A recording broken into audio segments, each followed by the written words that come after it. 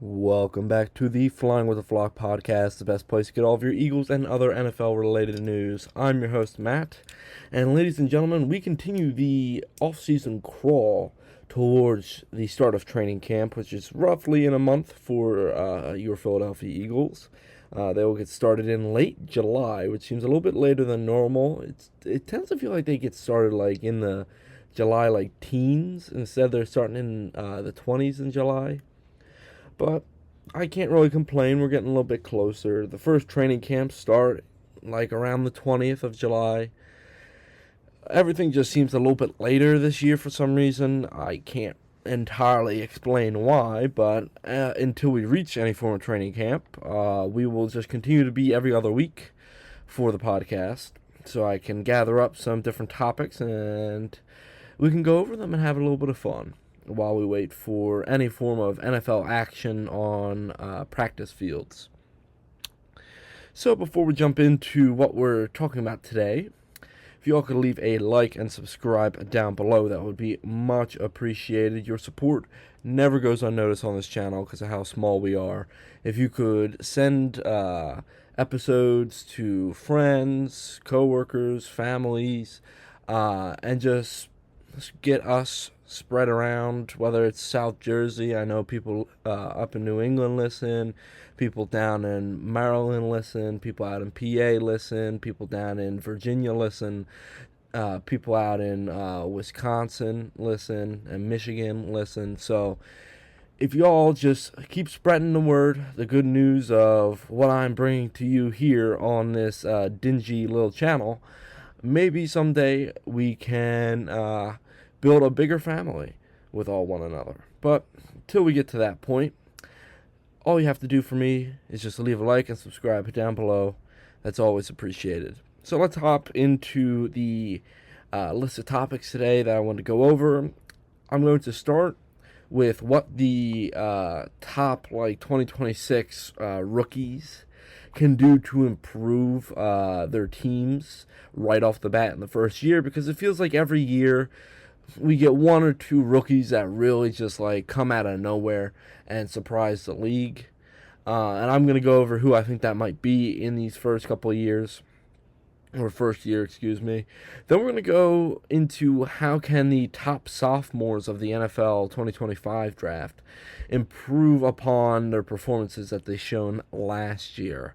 There are always at least a few quarterbacks and a few position players that after their first year in the league, after they start to settle into their roles, they kind of help improve the team and even sometimes take them to a playoff run. So we'll get into who I think is prime for a second year jump. Then we're going to recap the entire Brendan Sorsby situation that has been unfolding over the past couple of months with the NCAA and now the NFL as well. And lastly, we're going to go over this stupid Jalen Carter contract drama that really shouldn't even be a thing. But we'll get to that in due time. So let's hop right into it, shall we? So in the 2026 NFL Draft, to me, there are quite a few players that could be primed to make major impacts on their drafted teams, and we're just going to go down the line from 1 all the way to 32. I'm not going into the second round, although there are a couple picks in the second round that could obviously make a major impact. Cooper DeJean did it for the Eagles a few years back, so it's not out of the question that a second round pick could become a starter and could become a star in their rookie year. But I still want to just focus on this first round, which is when a lot of the big name talent tend to leap off from. So let's get to the first overall pick, Fernando Mendoza. Now, Mendoza has reportedly settled in during a lot of the rookie mini camps and OTAs, working alongside Kirk Cousins. And so, to me, Fernando Mendoza is one of the players that I feel like could just explode right off the bat due to his prowess when it comes to deciphering and picking apart defenses, especially in hidden coverage. Mendoza, obviously rookie quarterback, is still going to take a little bit to get a lot of the coverage that at the offensive line, and luckily he has an all-pro center in Tyler Linderbaum. And so having that, Linderbaum could take the coverages at the line for Mendoza at least for a year until he starts to settle in. But to me, Mendoza has one of the most prime spots to make a major impact for his team. He's like one of the 5 or 6 guys that I believe could come on day one and make a splash. The only problem is that I believe that the Raiders will start Kirk Cousins for the season, and we won't see Fernando Mendoza till later after October, because they have a gauntlet where they go up against like the Chiefs and the Bills and the Rams in 1 month. So the Raiders seriously have a gauntlet that they need to get through in October. And if I'm the Raiders, I do not start Mendoza at all. Yeah, it might be nice to see whether you have a guy that can come in and compete against some of these top tier teams. But on the same argument, on the different side, Mendoza sitting back and watching a pro handle the every day-to-day operations for a couple of months, especially against some good teams, could benefit him long term. And Tom Brady, obviously very hands-on after he bought an ownership stake in the Raiders, Tom Brady has supposedly been working with and talking with Mendoza while Mendoza has been in the training facilities. So bouncing off of somebody that's seen success like Kirk Cousins and somebody that's the greatest of all time like Tom Brady is an amazing situation for Mendoza to be in. To me, we will just have to wait and see after preseason who runs with and arguably training camp as well, who runs with the ones automatically and who runs with the twos, and whether that stays the same throughout training camp or whether that tends to wean off by the end of training camp. But to me, Mendoza has one of the biggest chances to impact his team day one in a positive way. Next on, I'm moving down to number 3, that being Jeremiah Love, taken by the Arizona Cardinals. The Cardinals' offense is going to be fairly stagnant. You would hope that Marvin Harrison Jr. would have panned out by now. Now, there's still a possibility that he could come on and have a better year this year. I mean, personally, I don't see that happening, but you always hope that somebody like a dynamic playmaker like that explodes onto the scene. They don't really have a quarterback, so it's going to be the battle between Jacoby Brissett, who wants a larger contract, so he's still holding out, and Carson Beck, the rookie, who I think has been taking snaps with the ones ever since Jacoby Brissett has not been there. And so they're going to have to lean on the run game with their passing game being very iffy. And so bringing on a guy like Jeremiah Love, who can be a dynamic playmaker with his legs, extend plays, you think that the defensive line will stuff him at the line of scrimmage, but ultimately he finds a way to bounce it outside and then get at least a 5-yard gain or such. He's a very dynamic player, and with a lack of a run game, I really feel like the Cardinals and their system are going to have to heavily rely on him. Now, obviously, you have the veteran James Conner there still taking snaps, and so it's going to be interesting to me to see how Mike LaFleur, new head coach of the Cardinals, divvies up the snap count between the two backs. Whether he heavily relies on this dynamic playmaker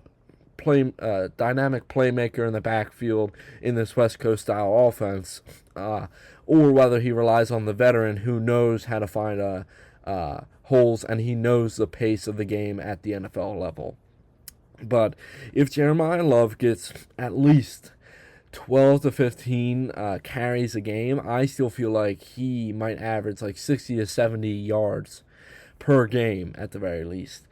And that could mean the difference between losing by a touchdown and winning, or leading by 3 for this Cardinals team. So to me, Jeremiah Love could have a major way to come in and just explode on the scene in the run game, at the very least, for this Cardinals offense. And we're not moving down too far. We're just going down to number 4 for our next player that could have a major impact. That being number 4, Cardinal Tate, taken by the Tennessee Titans. I still hate their new logo, by the way, how it's just a ball. I want the flames back, but whatever. To me, Cardinal Tate is the key for the Tennessee Titans taking a step forward this upcoming season. Their offensive line has kind of been shored up. Now, it's still very sketchy in my opinion, but I feel like Cam Ward can handle the offensive line at this point. But where he couldn't handle was his receiving core, especially at the wide receiver position. And having lost a solid tight end in the receiving room, bringing on a young, talented guy like Cardinal Tate could help elevate Cam Ward in his second season. So Tate, to me, could, and we'll get into this, I'm going to talk about Cam Ward in a little bit. Cardinal Tate, to me, could be one of the biggest impact players behind Mendoza, or maybe even ahead of Mendoza, depending on when Mendoza starts. Tate could come on week 1 and have like 100 receiving yards and come away with an upset against whatever team they're playing. And Cam Ward could look like a solid quarterback because now he has a reliable target in the rookie. So we're going to see how Tate performs in training camp and how he looks in preseason, whether he's able to get out of his routes with his release fast, or whether he's a little bit slower and struggling against some of the jam techniques that a lot of these NFL cornerbacks use compared to college. But Cardinal Tate, to me, could come on week 1 before a lot of these other guys and have the biggest impact, at least on his quarterback. Maybe on the offense as a whole, but at least on his quarterback. And give Cam Ward somebody to actually target reliably. So this next one was a toss-up for me. I was either going to go 6 and talk about Mansour Delane, but then I went down and my eyes caught number 11, Caleb Downs of Ohio State, taken by the Cowboys. The Cowboys' secondary is in shambles, and so they needed a guy to come in and become a leader early on, and we can easily see Caleb Downs doing so in his first couple of rookie mini camps and OTAs. Caleb Downs, to me, is in one of the best situations outside of Cardinal Tate and Fernando Mendoza due to the fact that there are very low expectations for this Dallas Cowboys defense, especially the secondary. And so Downs, to me, could come in, plug in, and dominate. And we could ultimately see how Downs can boost this defense as a whole, become a leader, and push for change in the secondary. It's not going to be a one-year fix. I do believe that this Cowboys secondary will take a year or two based off of possible free agents this upcoming free agency in the spring of 2027 and the possible draft prospects coming up in 2027. I feel like it might be a 1 or 2 year thing where they have to bring in some different corners and bring in a safety running mate along Caleb Downs. But right off the bat, I do feel like the Cowboys will feel the effect of having a solid and dominating safety on the field, and they will ultimately benefit from this long term, having drafted a top tier guy, a guy that I thought should have went top 5 at number 11. Lastly, I wanted to talk about somebody else, but to me, the last person that could have a major effect on their team is at number 20, Mekhi Lemon on the Eagles. The Eagles obviously traded away A.J. Brown, and so they need a dynamic running mate that is not named Hollywood Brown or Dontavian Wicks to pair alongside DeVonta Smith. They needed another guy that is a top-tier, route-running, and powerful guy, and yards after the catch as well. And Mekhi Lemon fit that mold to a T. Lemon should have went 13 to the Rams, or even higher, but he fell all the way to the Eagles at 20. And so the Eagles had to trade up a little bit, but it wasn't like too much to the point that ultimately what they got in return really wasn't worth it. Lemon has already been a standout. Now he's battling with a hamstring injury, so he's going to take this next month to get right before training camp.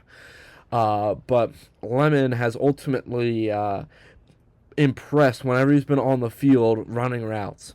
I wouldn't be surprised if we see Lemon come onto the stage, the NFL stage that is, and take over for a little bit, maybe for a week or two. Obviously, Devontae Smith will be the number one target, and so that will bring a lot of eyes over to the one side of the field, leaving it wide open for Lemon to kind of take over. Lemon is my last guy that I feel like could significantly help a team improve. And with a West Coast style offense that Sean Mannion likes to run, featuring a lot of yards after catch, after scheming a guy open, I feel like Lemon fits that mold perfectly. And so, to me, Mekhi Lemon is one of, what was it? 1, 2, 3, 4, 5 players, 5 rookies that could come in and majorly impact their team. Obviously, the higher picks make sense. As we get a little bit lower, some of these picks that should have went higher make sense as well. And so, those are our 5. Mendoza, Love, Tate, Downs, and Lemon could come in and positively impact their teams in their rookie year, and possibly maybe even set the stage for what's to come for their units moving forward over the next possibly decade, depending on how well these guys perform.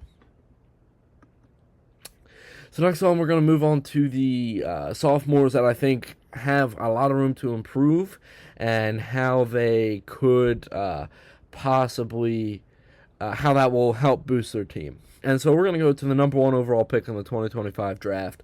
That was Cam Ward being taken by the Tennessee Titans. Obviously, the Titans improved a little bit, not having the number 1 overall pick this past draft. But Cam Ward, to me, kind of struggled due to a lack of consistency in the wide receiver room, consistency in the coaching room, and consistency in the offensive line. So the Titans went on and brought on some somewhat known offensive linemen that can come in and help. Jesus Christ, I can't talk. Come in and help build depth at the offensive line position. Cam Ward always seemed like he was running for his life.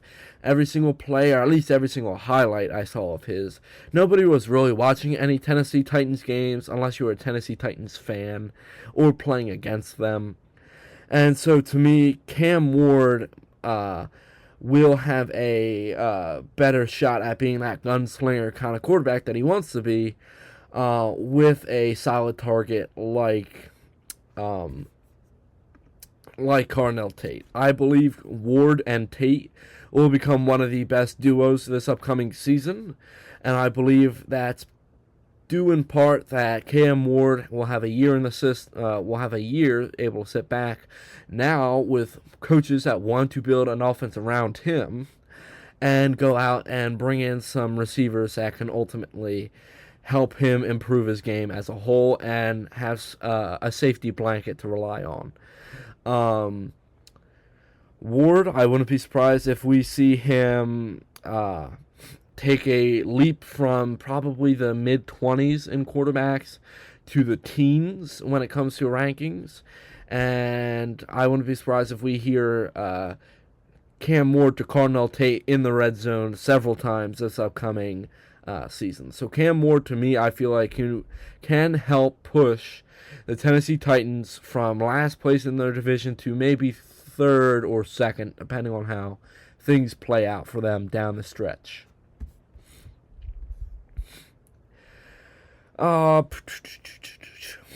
Another guy that I want to talk about was Abdul Carter. Now, Abdul Carter was one of the best prospects last season and did play quite a few snaps, and he did a lot for this Giants defense. And now with Dexter Lawrence gone, he's going to have to take up a larger role now. Obviously, he's not a defensive tackle. I know that.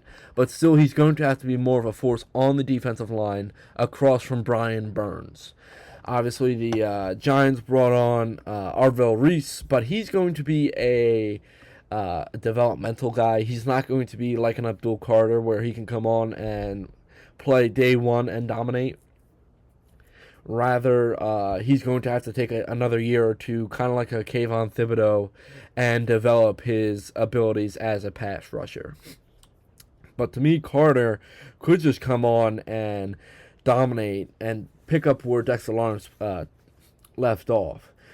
I do feel like this Giants defensive line is a little bit less scary without Dexter Lawrence barreling down the center of the defensive line, but Abdul Carter, if he plays his cards right, he could come in and just help stabilize this Giants defensive line until they can bring on a defensive tackle through free agency next spring or through the draft next spring as well.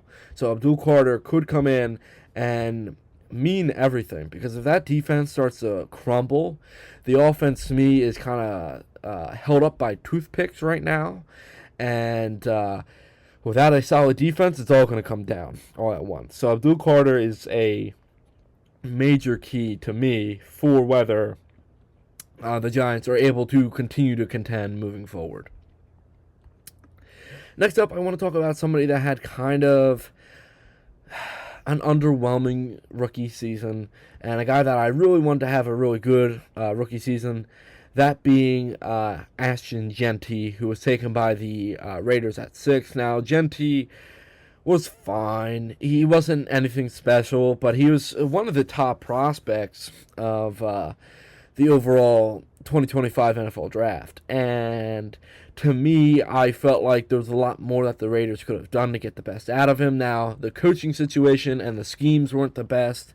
Now they're bringing on a guy like Clint Kubiak, who can really open up the playbook when it comes to how to get the running back open, or how to dial up a lane for the running back to squeeze through.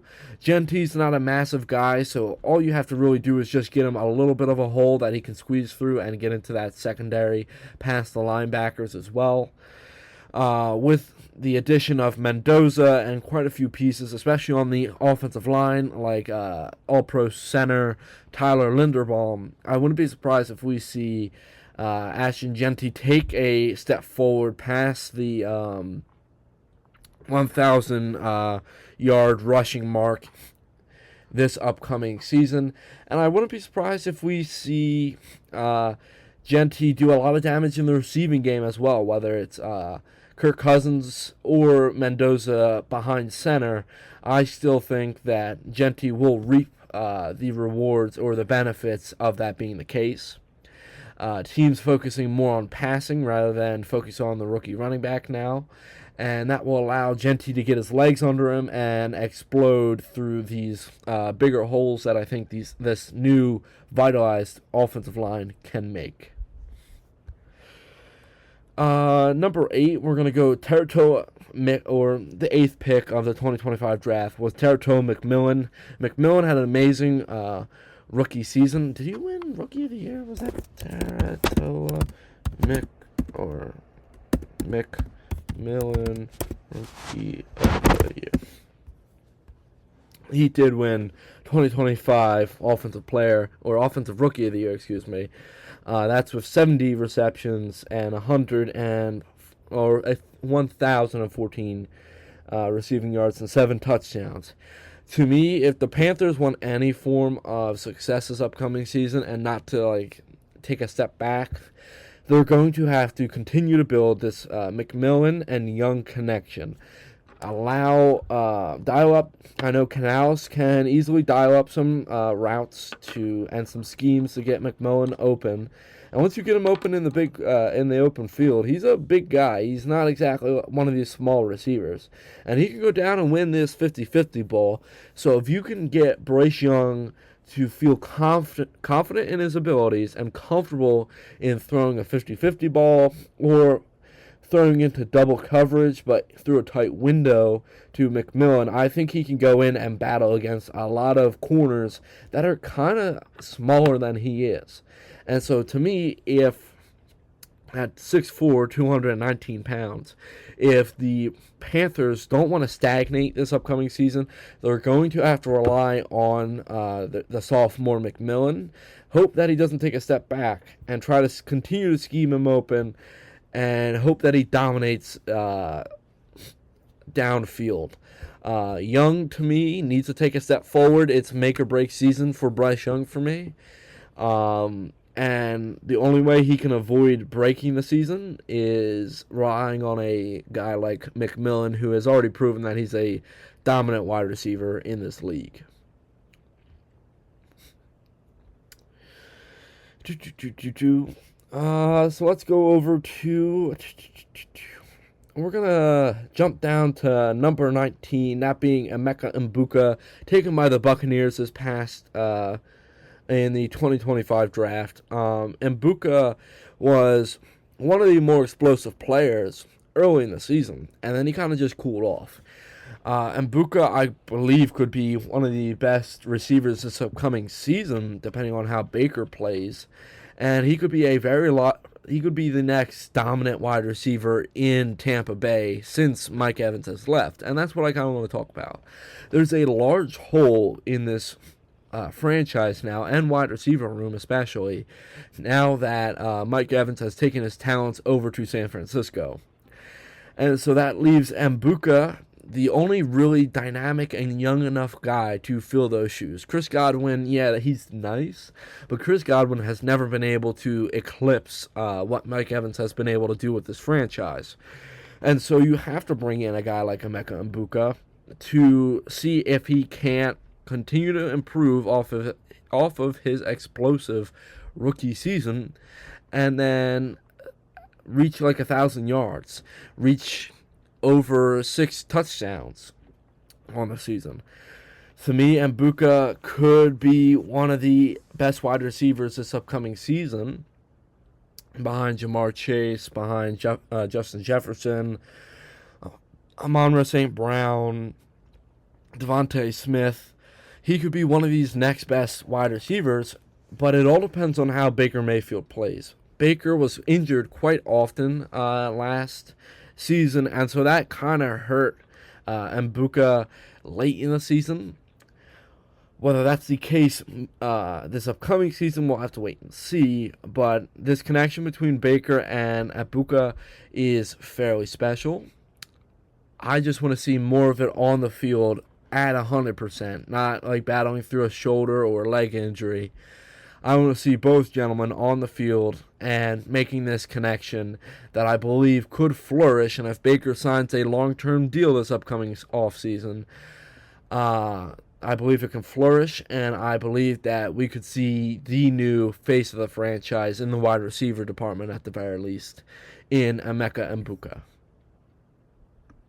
The last guy I wanted to talk about from the NFL 2025 draft is kind of a no-brainer. It's going to be Jackson Dart. Jackson Dart had a decent rookie season. It was definitely not the best, and he battled through injuries like concussions and such. But his ability as a quarterback is amazing. My only problem is that he continues to put himself in situations where he got hurt. Even when the team needed him for stretches of games, he missed like 2 or 3 games with a concussion. And that early on in his career is not a great thing. And so the Giants, from here on out, are going to have to play on the safe side with Jackson Dart and his concussion protocol. They're going to have to play on the safe side. And so the Giants, to me, it's for Jackson Dart, it's not a make or break year, but you would certainly like to see him improve off of last season. Him and Cam Skattebo will both be back and healthy, and so you would like to see both gentlemen come onto the field and try to stay healthy for as long as possible. Cam Skattebo, that's going to be a lot harder than you would think. And Jackson Dart, it should be easy. If he stays back in the pocket and makes good reads, I feel like in a system that John Harbaugh has, I feel like he could find major success as a quarterback. But, to me, Jackson Dart is going to be an amazing quarterback when available in his career. I just feel like moving forward, he's going to be that kind of quarterback where he could have been the franchise guy if all he did was stay healthy. And now that he's going to be off and on the injured IL, and maybe a healthy scratch every once in a while, I feel like Jackson Dart could hinder this team more than he could help the Giants. But for Jackson Dart to improve, I guess we should be talking about how he can improve the Giants. To me, he would have to take a major step forward in the passing game, be a little bit more confident, and sit in the pocket a little bit more. He was a little bit too antsy. He reminded me of a young Jalen Hurts who, after his first read wasn't there, he wanted to already escape the pocket because he started to feel the pressure. He needs to sit in the pocket, deliver the pass, and if he gets nicked a little bit, he gets nicked a little bit. Jackson Dart needs to protect his body, and I think the Giants can improve and possibly be better than the Commanders. It's going to be the Commanders and the Giants fighting for last place in the division. But if the Giants can keep Jackson Dart healthy and Jackson Dart can keep his body at a peak physical condition, I feel like this is a no-brainer that Jackson Dart can easily turn around this franchise and become the face of the franchise moving forward. All right, so that's it for rookie. Which rookies can improve their team and which sophomores can improve their team. We're now going to move on to another story that I haven't really been covering, but has been happening in the background. That being the recap with the Brendan Sorsby situation, and why the NFL denied a supplemental draft. Now, back during, I believe it was the 2024 NFL, or during the, Jesus, hold on, let me rewind here, jeez. During the 2024 NCAA football season, the one of the better quarterbacks in the NCAA football, in the Big 12 at the very least, Brendan Sorsby was placing bets on. He played for the Cincinnati Bearcats. He placed several bets on the Bearcats, placed several bets on his teammates as well, and the program knew that he was doing this, and they turned a blind eye. So when he moved on when he transferred from Cincinnati to Texas Tech to play for the Red Raiders now, and he had an amazing season, and he could have left for the NFL draft. He was a touted, decent quarterback, but he knew he would have been a top prospect in the 2027 draft. He decided to stay, and something interesting happened. A leak came out from the from the program at Cincinnati, leaking that Sorsby had bet on Bearcat games that he was a part of or he wasn't a part of. And they never 100% what he bet on. They just said that he bet on games and players on the team. And he did this through, and we've seen this a few times before in football. He had people create accounts. He lended them the money to bet, and then they would get a small percentage of the profits. And so the NCAA decided to bring the hammer down and brought on a couple game suspension for Sorsby. Sorsby also went into rehab for betting, for gambling, and he came back out. So then, it comes out that Sorsby is going to file a lawsuit against the NCAA for not allowing him to play in that 2-game suspension. And so that comes out, and everybody thinks that that's going to be quick, but ultimately that gets kicked to February of 2027. And so Sorsby, it comes out that he is indefinitely banned, at least for the 2026 NCAA season, meaning that he won't be eligible for his senior year as a quarterback. So he does what any prospect probably would have done. And he went to the NFL after, and mind you, he still has a lawsuit against the NCAA. And he asked the NFL to open up a supplemental draft for him so he can come and play football. And I'm going to read off of the letter that he had, that the NFL sent him.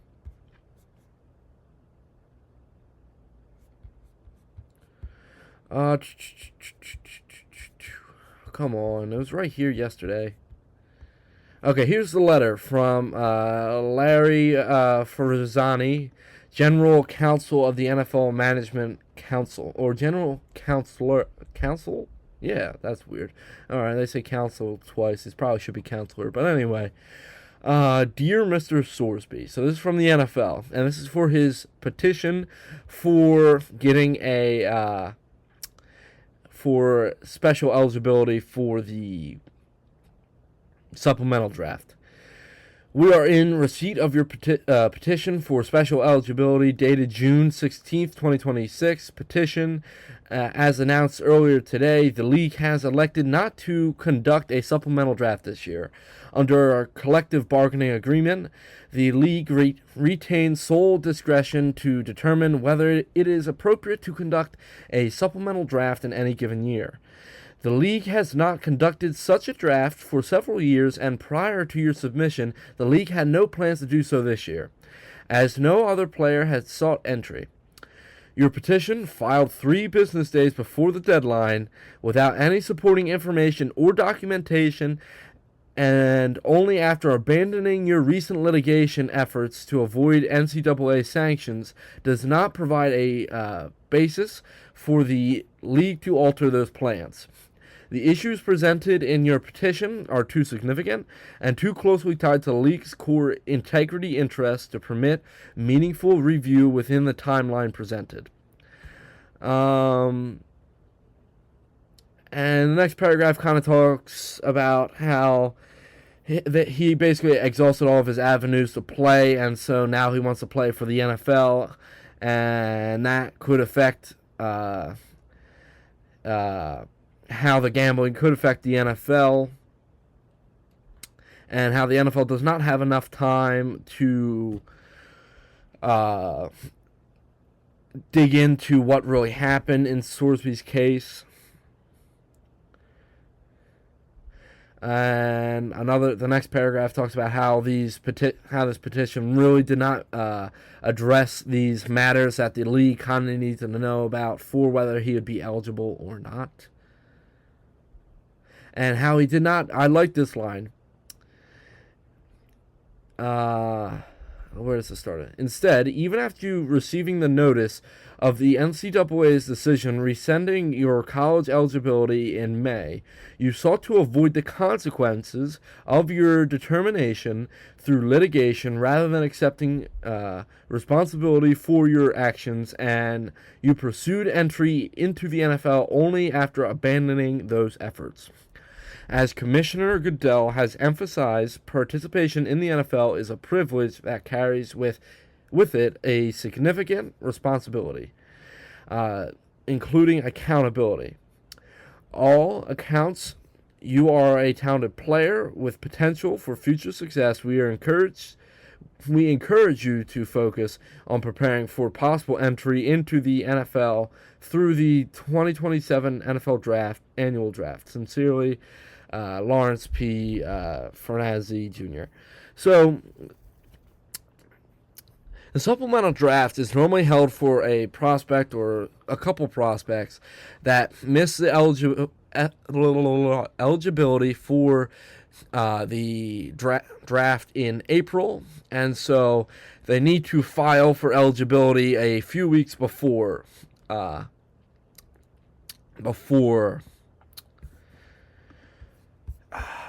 deadline. Excuse me. And so, with that being said, Sorsby did not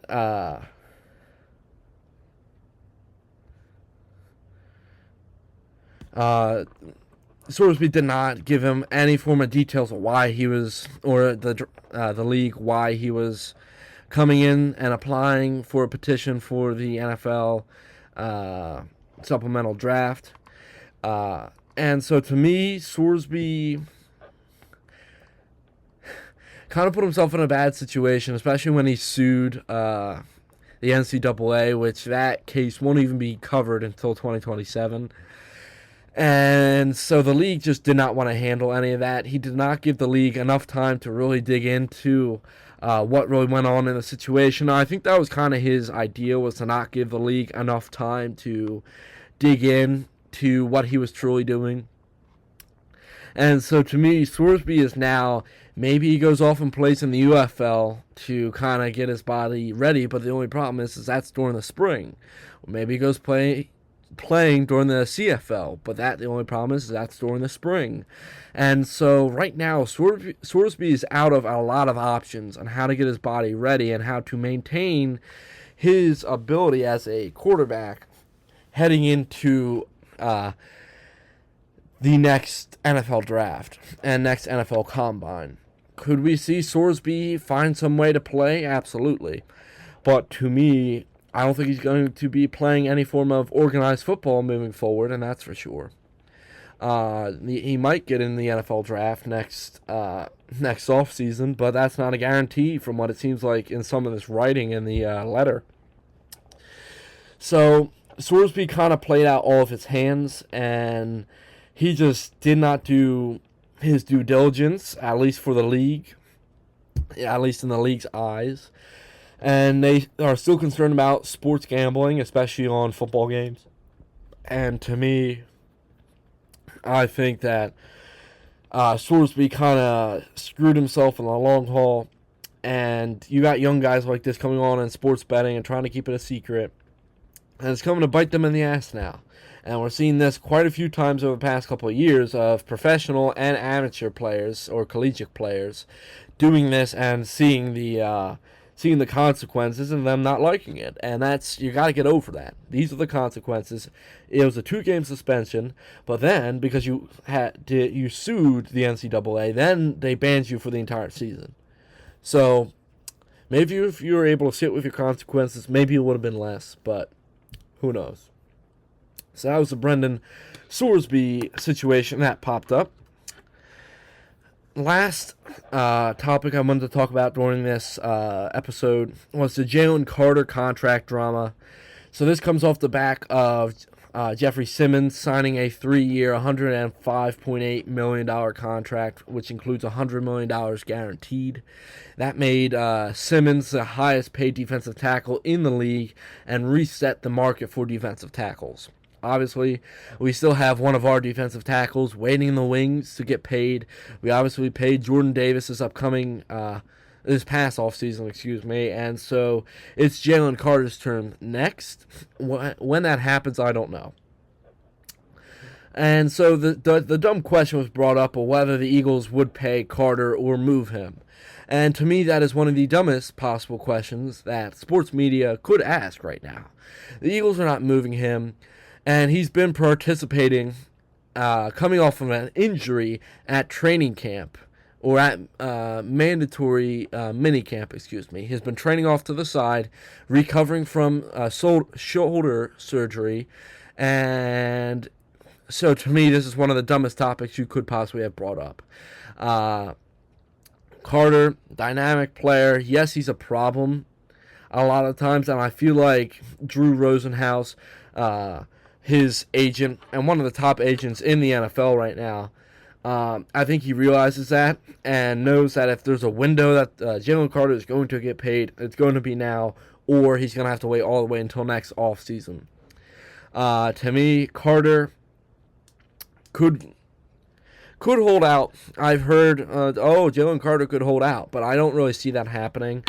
I don't think that's really a threat of what's to come. I think Carter is going to at least work off to the side a little bit at most. But I think he'll be there. I think he'll be playing alongside Jordan Davis. And I think he'll play for a new contract. I think he'll be looking for a contract this upcoming offseason. But I think we're talking about this topic a year too early. I know he's a dynamic player, and I know how much he means on that defensive line, especially for bringing in free agents and such who want to come in and play on this defensive line for Jalen Carter.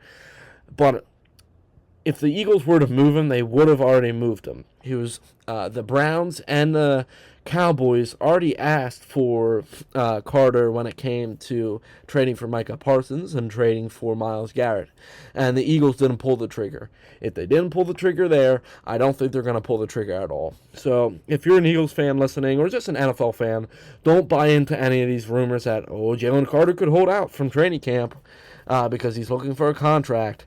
I think he's going to be at training camp. He might still be working and conditioning his body off to the side. But I believe that he will be training and playing at training camp in some capacity, and he will get his body ready for this upcoming season to play for a contract. Look, even if Carter was looking for a contract as well, he has no leverage coming off of a 3.5 sack season. And Simmons, to get that kind of money, he had like 11.5 to 12 sacks this past season. So if Carter really wants to get that kind of money, he either needs to be a glue guy like Jordan Davis, a run-stopping guy like Jordan Davis, or he needs to be a pass rusher, getting after the quarterback and squashing him, like I know he can be. So, like he was in the 2024 season, especially late in the stretch. So, yeah, don't buy into the Jalen Carter drama, and we'll just have to wait and see whether anything actually transpires from it. So that's going to be it for this episode. I want to thank you guys for listening all the way. If you have, leave a like and subscribe if you have not already. I know quite a few of you are subscribed, but there is a large percentage. There's like 45% that aren't subscribed that watch my episodes. So feel free to leave a like and subscribe down below if you are not already. Moving forward, until we reach training camp, we're going to be doing every other week. So this week, there's the episode on June 24th. Next week is going to be July 1st. There won't be any episode. There will be an episode. There will be an episode on. Next Wednesday will be. That's October. Jesus. Next Wednesday will be July 1st. So July 8th there will be an episode. July 15th there won't be an episode. And then July 22nd will be the start of Eagles training camp. So tune in and we will cover all those little pieces of media and how the Eagles are kind of running training camp once we reach late July. So I know it feels a little bit late. It feels late to me too. But just bear with me. We're going to try to get through this dry patch here in one piece if we can. And yeah, so leave a like and subscribe down below. Share this video with whoever you feel like might enjoy it.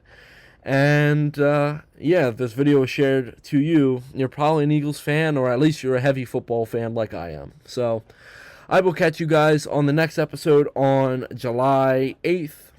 And until then, remember, go Birds.